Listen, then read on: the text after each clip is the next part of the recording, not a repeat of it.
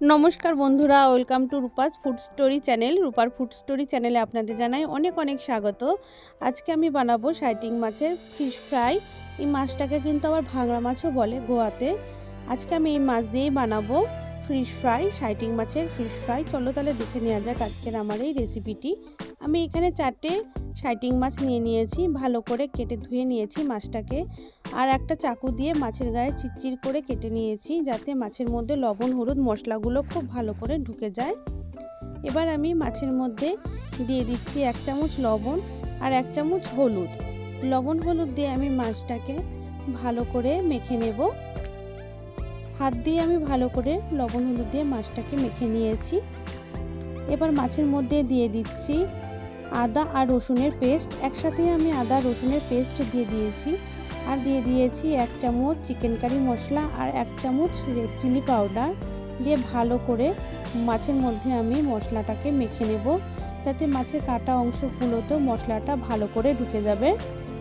এভাবেই আমি মাছগুলোকে ভালো করে মেখে নেব। মাছগুলো মাখা হয়ে গেলে আমি 10 মিনিটের জন্য মাছগুলোকে রেখে দেব।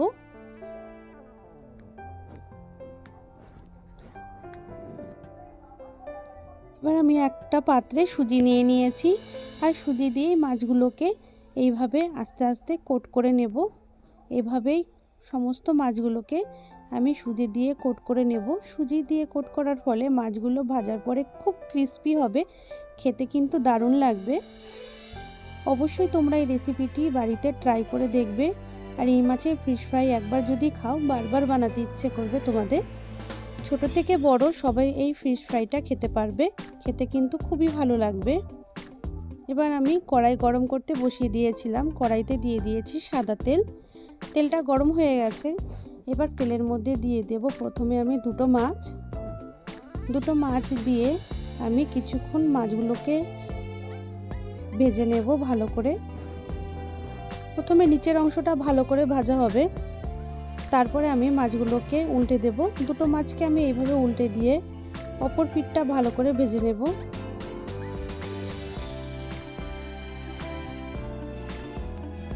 আবারও কিছুক্ষণ আমি ওয়েট করব, নিচের অংশটা ভালো করে যাতে ভাজা হয়। এভাবেই আমি মাছগুলোকে 2-3 বার করে উল্টে পাল্টে ভালো করে আমি মাছগুলোকে ভেজে নেব।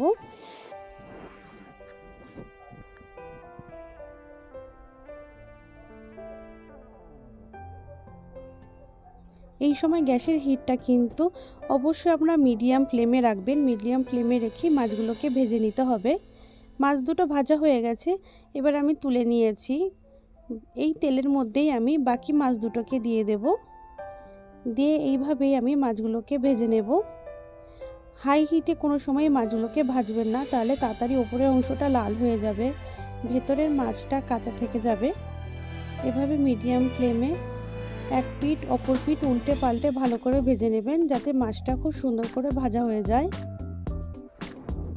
এভাবেই আমি বাকি মাছ দুটোকে ভেজে নেব। মাছ দুটো আমার ভাজা হয়ে গেছে, এবার তুলে নিচ্ছি।